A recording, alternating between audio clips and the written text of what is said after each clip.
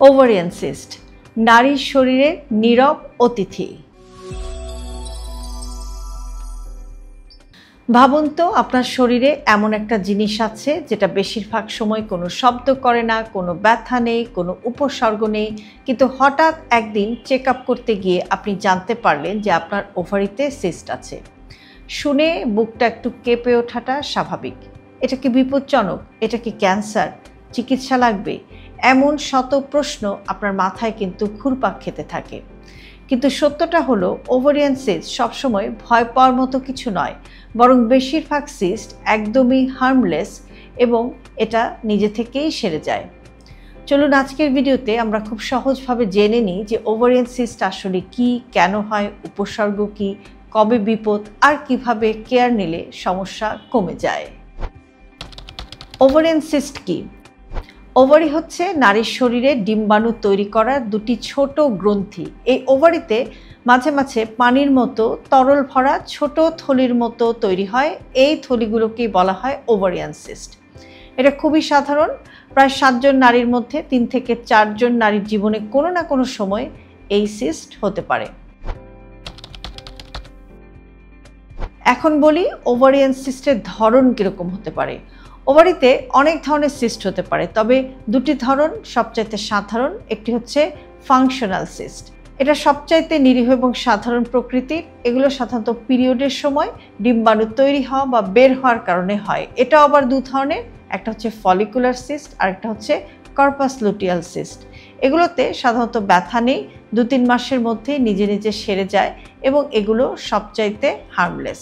এরপরে সেটা হচ্ছে যে প্যাথোলজিক্যাল সিস্ট। এটাকে কিন্তু একটু নজরে রাখা দরকার, এগুলো নিজে থেকে নাও সারতে পারে।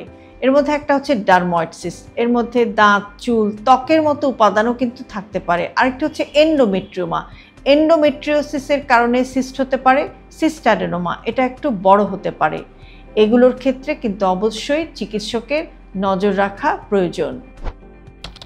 ওভারিয়ান সিস্ট কেন হয়? যে কারণগুলো সিস্ট হওয়ার সম্ভাবনা বাড়িয়ে দেয় তার মধ্যে উল্লেখযোগ্য হচ্ছে হরমোনের ভারসাম্যহীনতা, পলিসিস্টিক ওভারিয়ান সিনড্রোম, এন্ডোমেট্রিওসিস, গর্ভধারণ, ইনফেকশন, স্ট্রেস, দুর্বল লাইফস্টাইল, অল্প ঘুম, অতিরিক্ত জাঙ্ক ফুড, এগুলো কিন্তু ওভারিয়ান সিস্টের সম্ভাবনা বাড়িয়ে দেয়। ওভারিয়ান সিস্টের সাধারণ উপসর্গগুলো কি কি?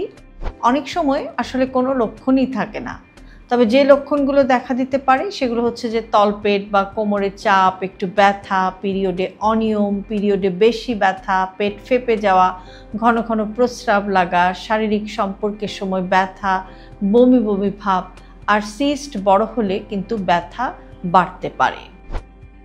এবারে আসি যে বিপদের সংকেত বা ইমার্জেন্সি সাইনগুলো কি কি হতে পারে।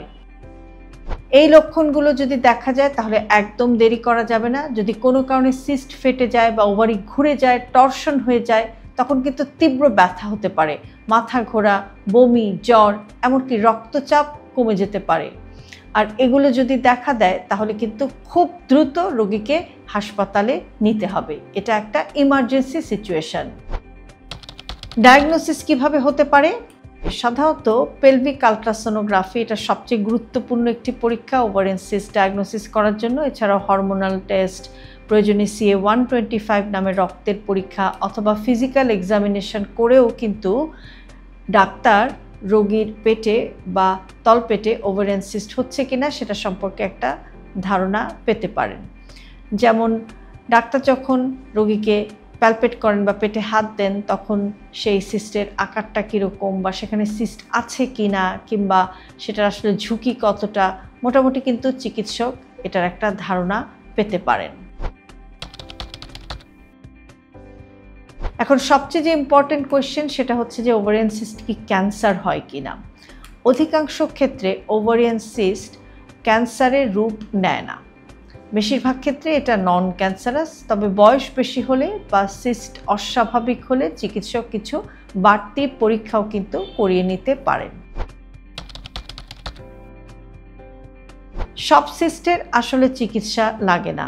অনেক ক্ষেত্রেই কিছুই করতে হয় না, শুধু ওয়াচ অ্যান্ড ওয়েট, অর্থাৎ একটু ফলো আপে থাকতে হয়। যেমন ফাংশনাল সিস্ট হলে 2-3 মাস পর আবার একটা আলট্রাসাউন্ড পরীক্ষা করে দেখে নিতে হয় যে সেই সিস্টটা আসলে কেমন আছে। অনেক ক্ষেত্রে এটা চলেও যেতে পারে। সাধারণত ডাক্তাররা প্রেসক্রাইব করে থাকেন, যেমন হরমোনাল পিল অথবা ব্যথার ওষুধ, এগুলোও কিন্তু ওভারিয়ান সিস্টের ট্রিটমেন্ট হিসেবে কিন্তু দেয়া হয় অনেক সময়।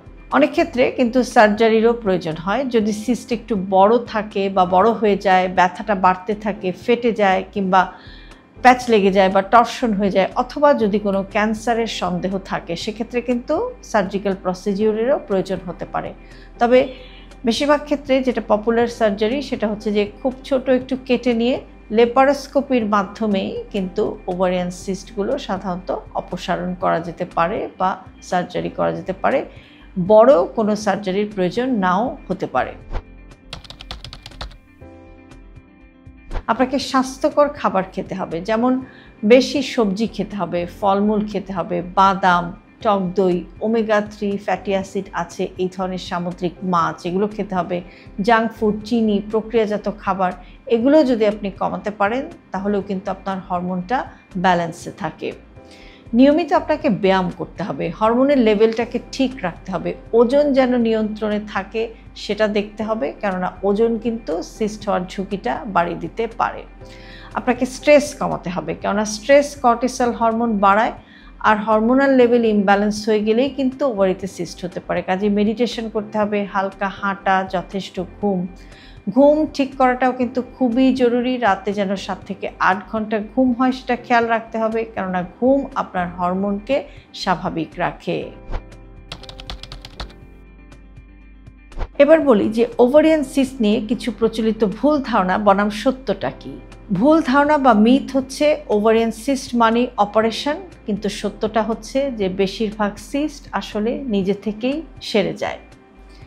ভুল ধারণা হচ্ছে সিস্ট মানে নিশ্চিত ক্যান্সার, কিন্তু সত্যিটা হচ্ছে খুব কম সিস্টই আসলে ক্যান্সারের রূপ নেয়। ভুল ধারণা হচ্ছে যে ওভারিয়ান সিস্ট হলে গর্ভধারণের সমস্যা হবে, কিন্তু সত্যিটা হচ্ছে সাধারণ সিস্ট গর্ভধারণে কোনো সমস্যা করে না। সবশেষে বলবো যে ওভারিয়ান সিস্ট শুনলেই আসলে ভয় পাওয়ার কিছু নেই। এটা নারীর শরীরের খুবই সাধারণ একটি অবস্থা এবং বেশিরভাগ সময় এটা ক্ষতিকারকও নয়। যেটা প্রয়োজন সেটা হচ্ছে যে নিয়মিত চেক আপ, উপসর্গে একটু নজর রাখা, স্বাস্থ্যকর অভ্যাস এবং নিয়মিত চিকিৎসকের পরামর্শ।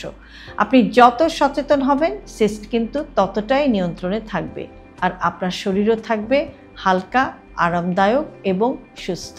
হেলদি লাইফস্টাইলকে জটিল ভাবার দরকার নেই। আপনার দৈনন্দিন জীবনের ছোট ছোট অভ্যাসের পরিবর্তনই আপনাকে নিয়ে যেতে পারে একটি সুস্থ, সুন্দর, নিয়ন্ত্রিত জীবনধারার দিকে। আর সে কারণেই আমরা সবসময় বলে থাকি হেলদি লাইফস্টাইল সিম্পলিফাইড। আজকের ভিডিওটি যদি আপনাদের কাছে ইউজফুল মনে হয় তাহলে অবশ্যই প্রিয়জনের সাথে শেয়ার করতে ভুলবেন না। আর এরকম আরও ভিডিও প্রতিদিন পেতে সাবস্ক্রাইব করুন আমাদের ইউটিউব চ্যানেল এবং ফলো করুন আমাদের Facebook page with doctor Shahnaz Chowdhury.